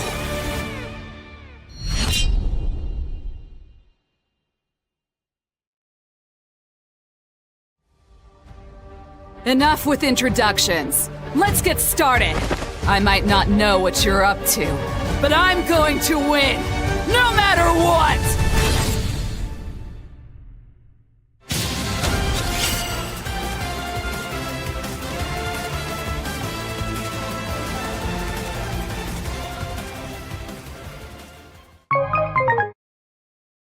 It was worth it just to get the that we love on this channel, because even if the game we don't like the look of it, at least that made it for the season pass shit at the end. Yeah, ever since they brought that in January last year, Bandai Namco, love that little jingle. It's great. Makes all those shit games sound so much better. I couldn't tell how that game was played. I've not played a game or watched the anime, but it does look cool, says JL. I also want to say thank you to, well, firstly, good evening, Gilfly. Good to see you, buddy. But also, Drawn Unicycle, you've reached a 60 stream streak. You've just been rewarded 450 Mojo Bites. Congratulations, dude. Dave, tell us more about this anime game. Yeah, well, I know it's an anime. It's kind of as much as I know about the series. And end the review. Thank you very much. That's it. But I read about some of the modes, and it's got like a few different ways you can play it. So it has got like a story mode where I believe it lets you sort of play through the events of the final season. So you get to go through all that, play the climatic battle. Then I think it's got like separate like 3v3 combat arena modes you can play into, and a few separate modes where you can like pick a range of characters to be in your sort of group from all the the main ones from the series, and then do a few missions against some of the other villains and see if you can come out on top. So there's a few different ways to play it. Yeah. It's going to be one for fans of the series, so it does not remotely interest me in the slightest. It's like when the Dragon Ball Z games come up. I'm always like, oh god, I don't like those. Yeah. Don't interest me at all. But there's always a big fan base for these animes. So there is. I bet a lot of people will be looking at this and go and play it and enjoy it. Yeah. Okay, all right, Alex. I know you're not a fan of this stuff, so it's kind of like you can, if you want, you can just say skip if you want. Yeah, I mean, weirdly enough, I have actually played one of these games before, the My Hero games, and it was, I don't know if it's the exact same play style. They were more just beat 'em ups. But again, I've actually watched some of the anime, and actually, I don't dislike it. Weirdly enough, that and Dragon Ball are pretty much the only anime things I've really ever watched. But I think I'd agree with Dave. It's another one of those that the fans will love it. Yeah, it's another entry in the stories they love. Would anyone else pick it up? Maybe not. I don't know. Yeah, it looks interesting. There you go. Who are you, and what have you done with the real Alex? Imposter. Yeah, bit of a U-turn there. See, no one expected it. I'm a little disappointed how long to beat as down as an average of 6 hours 30 minutes, which doesn't seem long when you think about it compared to it. And it's really expensive. I'm going to say this. Kindred said 50 quid on Steam, 55 quid on Xbox, and 55 quid on PS5. So for a 6 hour game, that seems a bit pricey. Not going to lie. Yeah, definitely just one for the hardcore fans, I'd say. Yeah. Let's see what people are saying with the scores. Danker's saying a 7. Lippy Lulu says, looks okay, but I guess 7 maybe. Big Fuzzy Panda, 7.5. Gozzo says 7, and everyone watch the anime. Brian from UKGN, 7.5. Rock Muse, 7.5. Hannah, 7. It's H, 8. Kindred, 7. Gilfly, 8. Retro Shazar, 8. Alex, I'll start with you. What do you reckon? Let's go 8. Going for an 8. Flame coming in with a 7. Dave, what do you reckon? I'll try a 7.5. 7.5. Okay. All right. Folks, this is your last chance. This is My Hero Academia All's Justice, which was last Friday on PS5, Xbox Series X and S, and PC. I rate Imposter Alex 7 out of 10, but 7.5 for the game. There you go. I didn't like the anime. His voice irritated me. There you go. Interesting. Bit like the new Muppet show. fuck me, they've ruined Kermit's voice. Just saying, if you're going to watch that one-off special on Disney Plus, even though it's getting rave reviews, took me out of it. Oh no! Just putting that out there, not good. I didn't like it. If anyone did, fair enough. But I thought it was shit. I can tell you, I came up with conspiracy theories way too easily. There we go. I can tell you, this got a lot of people are close to this. Not as high scores as some people thought, but 7.5. Hey. 7.5. And me being me, going off on a tangent and talking about Miss Piggy and Kermit, I can't remember who said what. Who said what in the chat? I'm kind of I've got like cold brain, so someone says something like that. Squirrel, I'm like that. Dave Johnson will give you a shout out. Well done. And Rock Muse, well done. Brian, well done. Big Fuzzy Panda, well done. Did anybody else say 7.5? I think that's it. I think I've got everyone. But there you go. I did. Oh, you did? Oh, bloody hell, Dave. You got your first one right. Hang on then. I did, finally. Right, finally. Here we go. Only 2 more to go. You can make up for it. You can do this. Let me give Dave Johnson a shout out. 1 second. I'll do that on here. And then for those who don't know, Dave doesn't stream. He doesn't have a Twitch account or anything like that. So there we go. There is Dave's shout out. But we can give him a shout out another way. People in chat can do exclamation Dave in chat. John Unicycle got it right as well. Thank you. But Dave, how would you like your first shout out of the evening? You can do some spinning on your chair, but okay, if you like, because you're tired, you could just close your eyes and have a little power nap while you're spinning. I'll probably puke up. But we'll see. He says, I'm too sick for spinning. I'm too sick for the knee cracking. Yeah, God, we'll go. All right, let's do this then. Ready?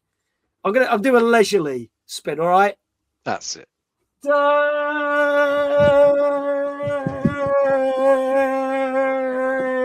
That was a cop out, but there you go. I don't have a coughing fit. There you go. Brilliant. There you go, Dave. Spin and last at the end of the show. Yeah, that was so weak. I know it was shit. Dave wants to kill Mag. I approve. I want my money back. There you go. No refunds. No refunds on this show. Okay. Our next news story is an interesting one. We talked about this quite fully back in 2022 when this happened. But in the last week, something very interesting has happened. Because, can you remember the uproar in 2022 when Overwatch 2 came out? And it basically alienated the whole player base of what was a huge success of Overwatch. Things are changing. And they might actually be able to get things back on track. And it's the players that are doing it. Thousands of players have flocked back to what has now been called Overwatch. Because Overwatch 2 has now been rebranded as Overwatch. And they have basically...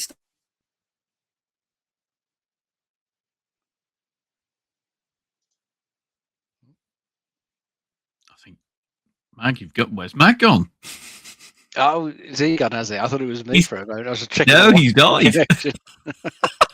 That's the end of him. The cold has overcome him. Oh no! No, that's not good. What did I do? I didn't do anything. Oh no! See, I've brought down the entire stream now. That's it. It's all over now, isn't it? Do you know what I reckon it was? I bet he's had a Windows update.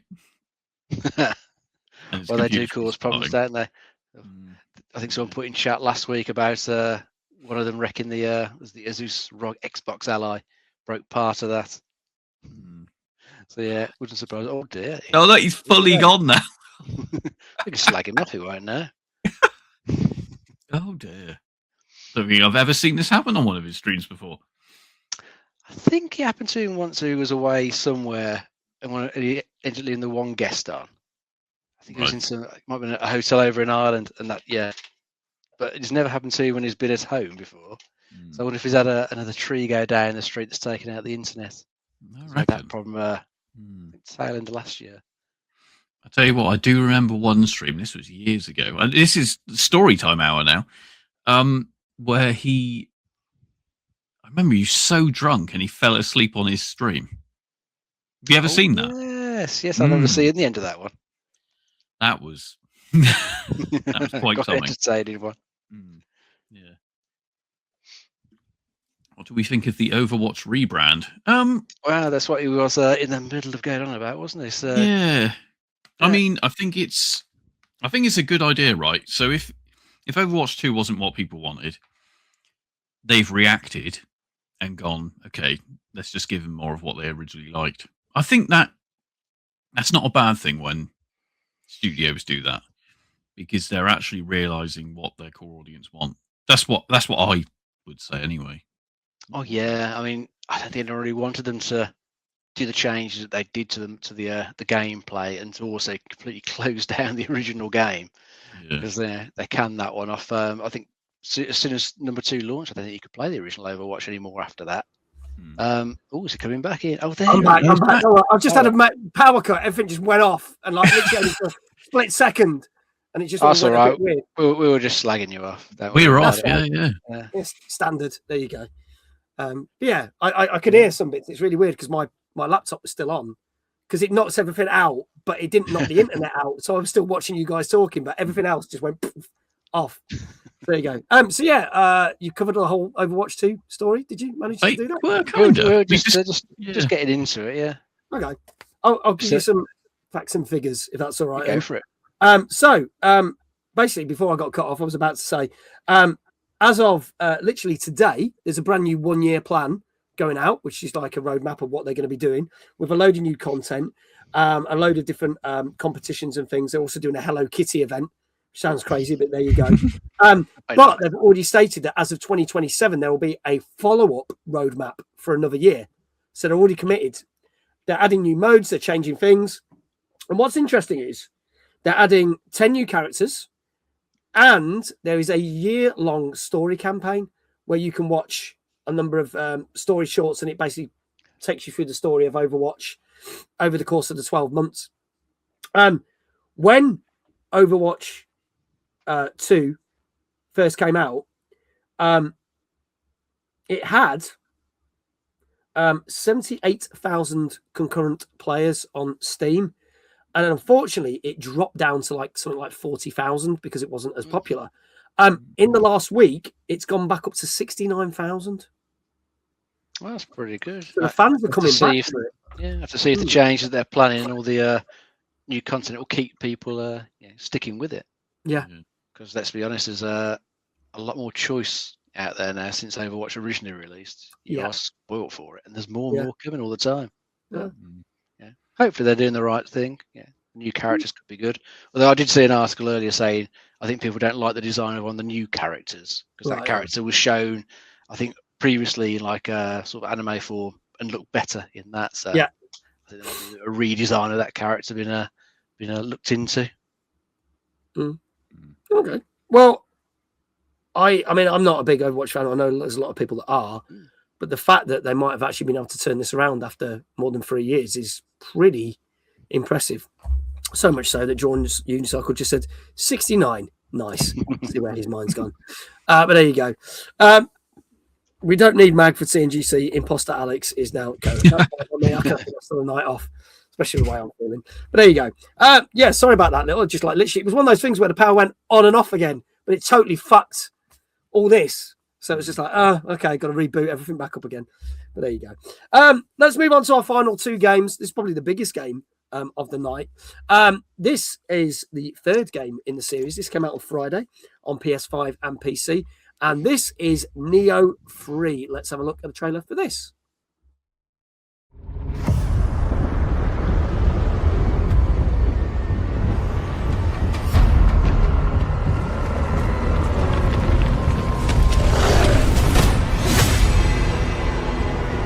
How foolish of you to have entered the depths of hell!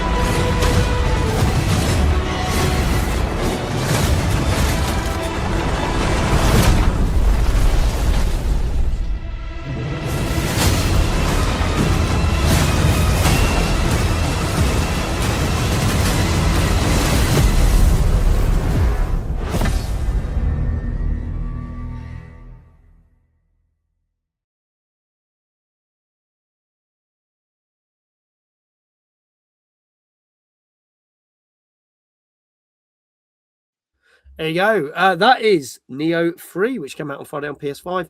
Currently 65 quid on Steam and 65 quid on PS5. So top end gaming on that one. Dave, tell us more about this one. Yes, this is continuing the saga from the previous 2 games. It looks pretty decent graphics-wise from what I can see in there. And premise-wise, story-wise, it's kind of similar actually to Code Vein 2, which I think we looked at last week. Similar sort of theme to it. You're going back in time in this one to different like periods of Japanese history to change events to affect what's happening in like the present day. Yeah. So 2 games with like similar sort of storyline to them, but I think this one just looks better because Code Vein didn't look particularly outstanding, did it? Last week graphic was a bit weak. True. This does look pretty spectacular, and all the previous games have looked pretty spectacular as well. The few changes they're adding into this is they're sort of going for a bit more of the open world feeling, a bit like what Elden Ring did. This is another Souls that's going to like follow with that structure there, make it a bit more open. Tons and tons of stuff to find. I think this is one of those games that if you really want to get into, maxing out your build, you can spend a lot of time in menus looking at all the different weapons and armor that you pick up to try and find the right build. Yeah. But the one thing that's quite nice in it is if you're not interested in delving deep into that side, there is a setting to just say to the game, just put me in the best stuff. And it will just do that as you pick stuff up. It will put the best ones on, let you carry on, which I think is pretty cool. And something else I've added into this is a new combat style. So I think normally it's just a samurai style, but there is also a ninja style in here as well. So you've got 2 different combat modes you can freely just switch between as you're playing. So all that sounds quite good. But I think for anyone looking to play it, if you've played the original games, they were rock hard. This one is meant to be rock hard as well. So if you like your challenging Souls likes, this is meant to be very, very challenging. So anyone who's feeling a bit of a masochist, you can bang your head against a brick wall with this one for a while. I ain't got time for that. I'm not going to lie. I like some Souls likes, but not too ridiculous. This is going to be hardcore. I can't bring myself to do this. I'm already in pain. I don't need more pain. Alex, your thoughts on Nioh 3? Yeah, I'm very similar. I play most games now on easy because I just want to enjoy the story, or it's not. I don't really have a huge amount of time to constantly get into games, if that makes sense. So the shorter experiences are usually the things I go for. But yeah, it looks very cool. I'm sure it would do quite well. Yeah, I mean, that's all I've really got to say about it. It looks stunning, and I'm sure it will rate quite well. Okay, all right. Well, let's see what scores we've got in the chat. John Unicycle says an 8.5 for this one. Now, if you remember, this was in our top 50 games to look out for in 2026. It was number 11 in the top 50. Dank has tried to predict all the scores for the games, so he predicted an 8 for this. So let's see if he's right. It's H, also saying an 8. Brian, saying an 8.5. Rock Muse, 8.5. Hannah, 8. Gozza, 8.5. Lulu says this looks good, 8.5. Flame, an 8. Kindred, an 8.5. So everyone's kind of going 8.5s. Dave, what do you reckon?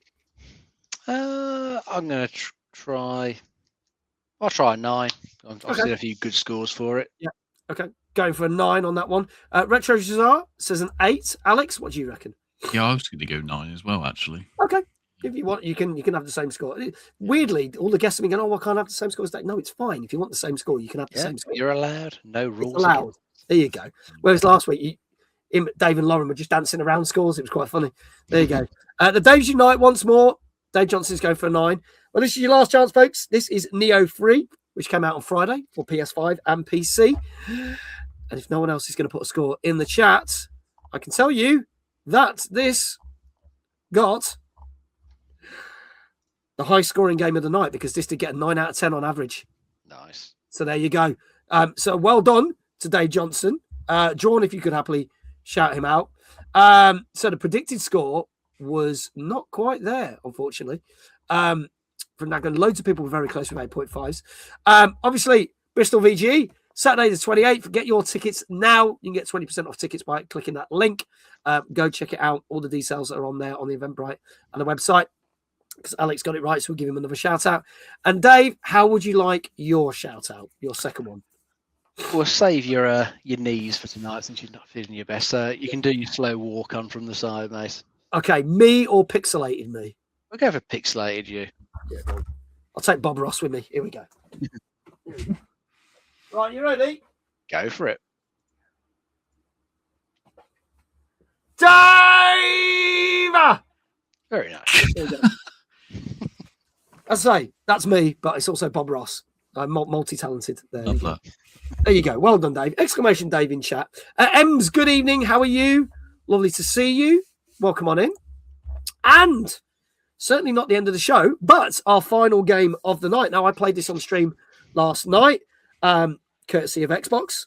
This came out on Friday on PS5, PC, Switch 2, and Xbox Series X and S. And this is the brand new Carmageddon game, but this one's called Carmageddon Rogue Shift. I also know that Brian from UK GN did a lengthy stream on this over the weekend. So let's have a look at the trailer for this.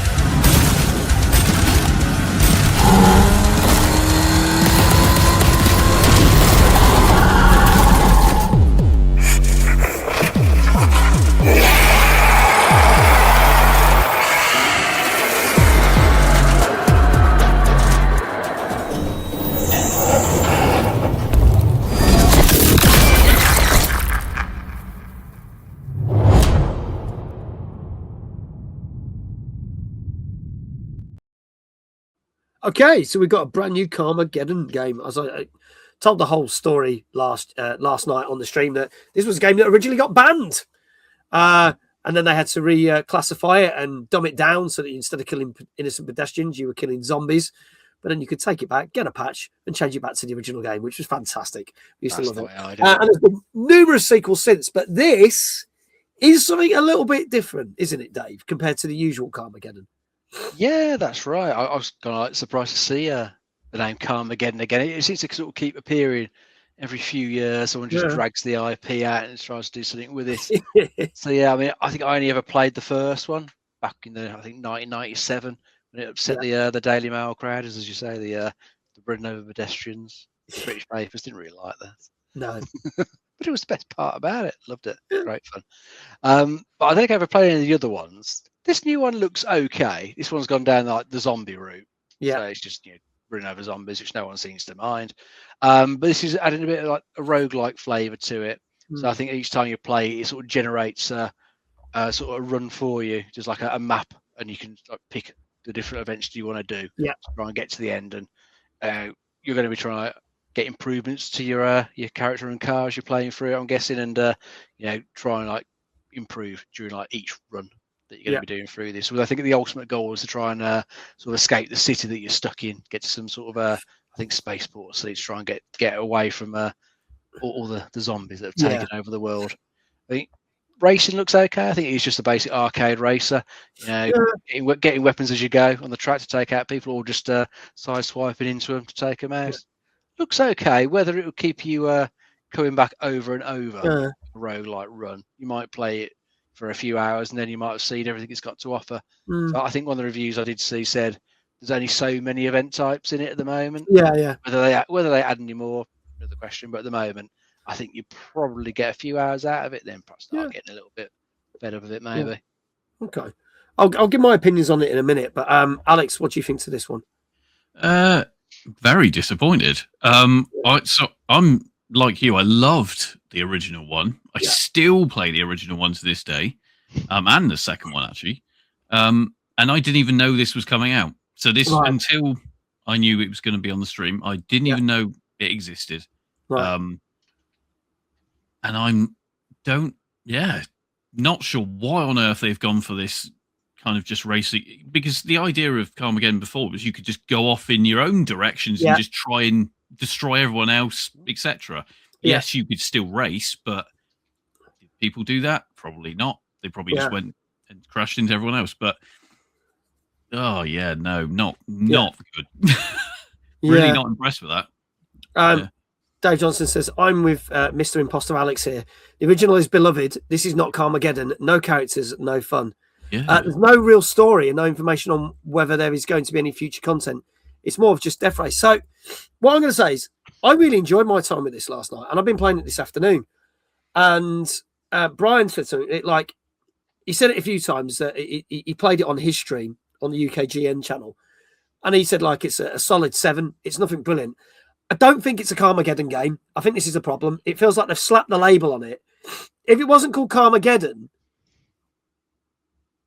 whether it would do better or not, I don't know. But it is, you are forced into races. There is no open world aspects. None of the characters are in it, but the cars from the originals are, which is a nice touch. So you can build up those cars. But you are playing as a single person. But yeah, Death Race Burnout is the best way to describe it. You sideswipe the cars or you shoot them. Yes, the zombies are in there, and we've seen different types of zombies and bigger zombies and other things that happen that make it more difficult. I've got to the third boss. I haven't got bored yet, and the further I get, I seem to be opening more and more levels. People on stream, like, we did it once, died, did some of the same levels, got past the boss, open new levels. So it feels like it's opening up more. But I do feel like this could be a, drop in, drop out, easy play. Because even if you're doing a run, the nice thing is you can save it and then go back to it. So you can just do bits of it. I mean, it's good. It's just not what you would expect from a Carmageddon game, I think. So there you go. It gets better the longer you play it. Yes, but I am enjoying it. So let's see what people are saying with the scores. I will say this. I know the Switch version is apparently dog shit. And it's got absolutely trashed. It runs terribly on the Switch. But apparently on PC, PS5, and Xbox, which was the copy I got, runs perfectly fine. Danker, 6.5. Lulu said, this does look amazing and it looked fun when you were playing it last night. I'm going to give this an 8. Rockmuse, 7. Obviously, Brian, as we know, said a solid 7 out of 10. It's H says 6. Gozzo, 7. Hannah, 7.5.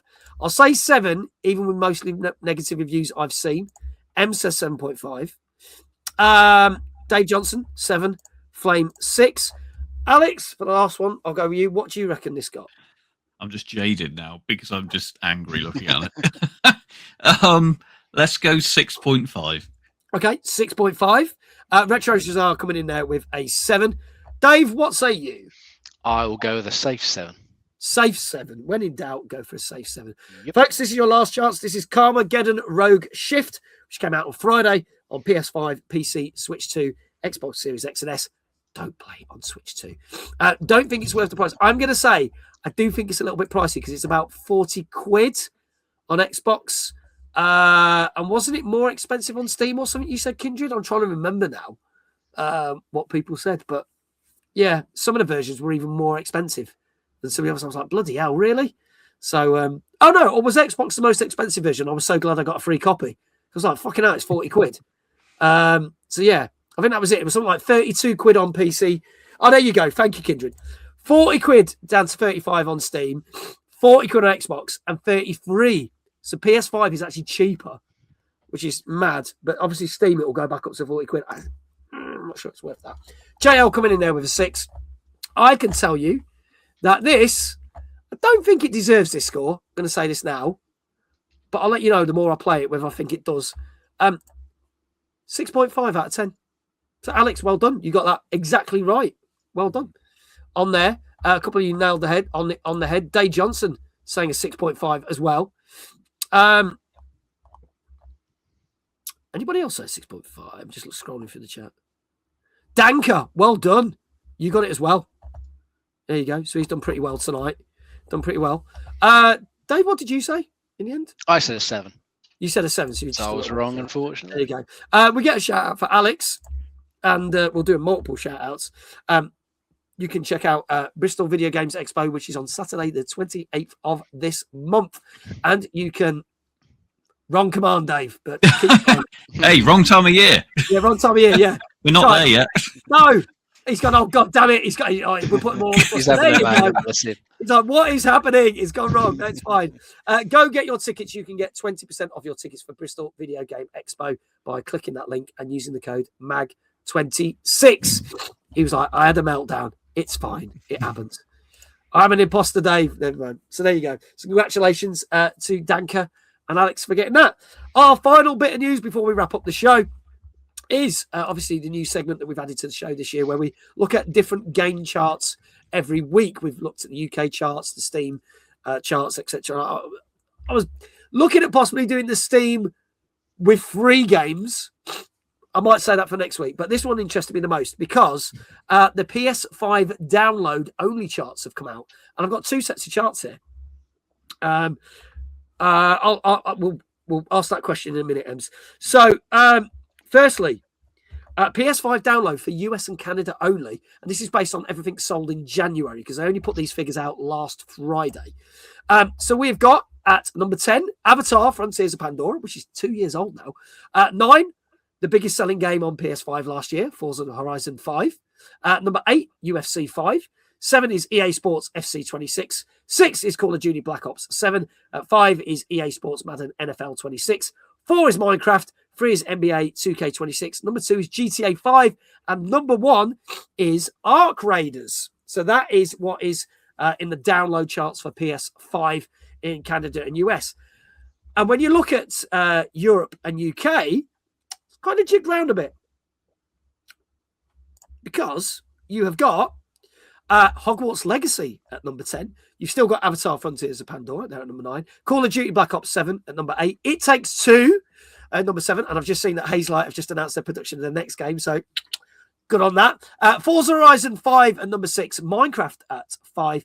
UFC 5 at 4. GTA 5 at 3. Arc Raiders at 2. And then obviously we love our football a bit more over here. So EA Sports FC 26 is top of there.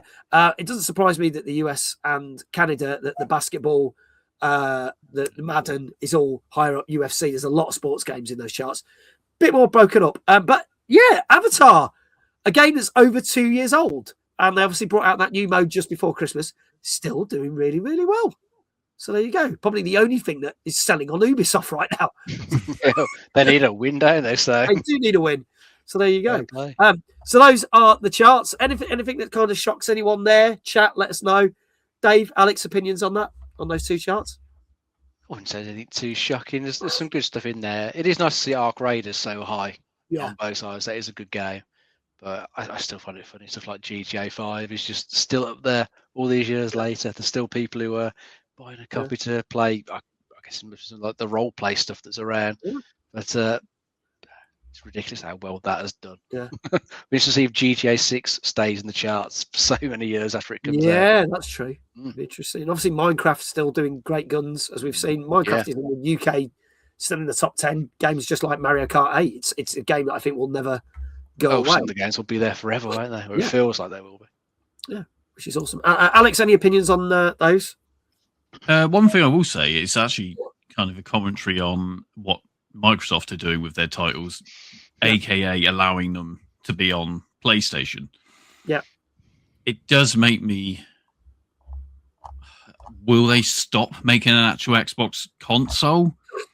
Are they just going to go software like Sega obviously did, famously, and just leave Nintendo and Sony to keep bringing out their consoles? Because Sony aren't going to stop making PlayStations. I can't think. They do well. They sell incredible numbers, and the same with Nintendo. With every new version of the Switch they keep bringing out will be really popular. I think Xbox have gone for that. Let's make a a big catalogue of games. Yeah, to be a bit like the Netflix of the games world. Yeah, that's what it feels like their real focus is on. So just acquiring the studios to build that folder of games. Whereas Sony, although Sony aren't really bringing out anything too spectacular themselves, there's arguments with that, but I don't know. It's interesting. And the fact you can now play Gears and Forza and all that on PS5. Yeah, and you're going to be getting Halo soon, and a few others. So. Yeah, it's probably a good move by Microsoft. If I'm honest, probably makes sense. I think this is. Yeah, I think this is the debate we seem to have week in, week out on this show, isn't it? Because Xbox are still saying they are committed to doing consoles and blah, blah, blah. And you kind of go, but we don't really know what you're doing, what your goal or your plan is. I mean, I know they've got games coming out. Obviously, we've got the new Forza coming out in May, but that will come to PS5. Yeah. They've stated that. We've got Fable when that comes out in the autumn, but that's coming to PS5.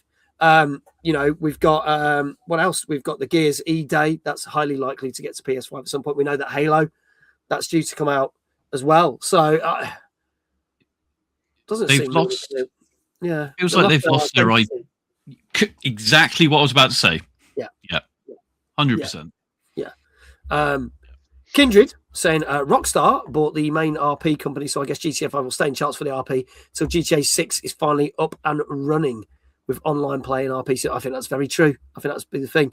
There you go. Avatar hits Game Pass next week. Yeah, if you've not played the Avatar game, I genuinely, honestly, really recommend it. 2 years ago, I thought it was one of those games. It got delayed by a year. Didn't think it was going to do much. It's really good fun. And I actually think it's probably still one of the best things Ubisoft's put out in the last couple of years, in the last 2 years. Everything else they've seemed to put out recently has been a bit disappointing. So there you go. There you go. AMD said last week that Xbox chip for new hardware is on target for 2027. It'll be interesting to see if the console does actually come out in 2027. But of course, all the component price, especially like RAM price at the moment, I have to see whether they choose to delay it or not. But everything points to it being pretty expensive regardless. And it does just kind of sound like it's just going to be a glorified PC, really. Yeah. And then we've said about this, it's weird because you'll be able to play Steam games on it, but then technically you'll be able to play PlayStation games on it because the PlayStation games come to PC, so you can then play PlayStation. And you're kind of going, so what's the point of the Xbox? Yeah. I mean, it basically isn't really going to be an Xbox. It's just a PC. It's just going to be an Xbox branded PC, isn't it? Yeah. It will still come out before GTA. Possibly. It's H says, are the console wars over? Having games dedicated to one console is great for console sales, but the far into the cycle, most people have the newer console. So it makes great business sense to focus on getting their games out on as many platforms as possible and making profit from buying all the studios. Yeah. So maybe that's where we're at. Because look at Indiana Jones. Indiana Jones was a massive success when it came out 2 Christmases ago. Came to PS5 last April. It's just about to drop onto Switch 2 now. Yeah. Cracking game. Fantastic game. So, and again, studio. It's Bethesda, isn't it? So, and Machine Games, owned by Microsoft. So there we go. I'm going to drop one question because we're going to wrap up the show. Ems has said, is there a date for Knots?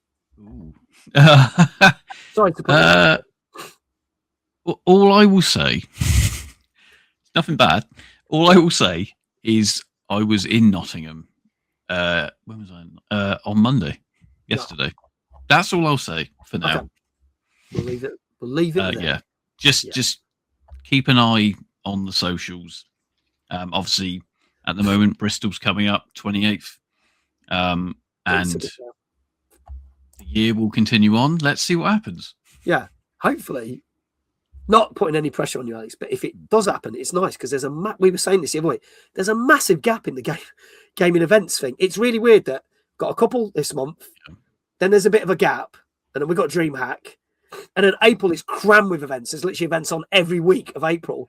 Yeah. And then you've got an event which we won't talk about because it's shit in May, and then you jump to TwitchCon at the end of May, and then there's this huge bloody gap for like nearly 3 months, and then after an event that we talked about last night, there's a massive, huge gap until October. And it's like, what's going on? Where's everything disappeared to? So there you go.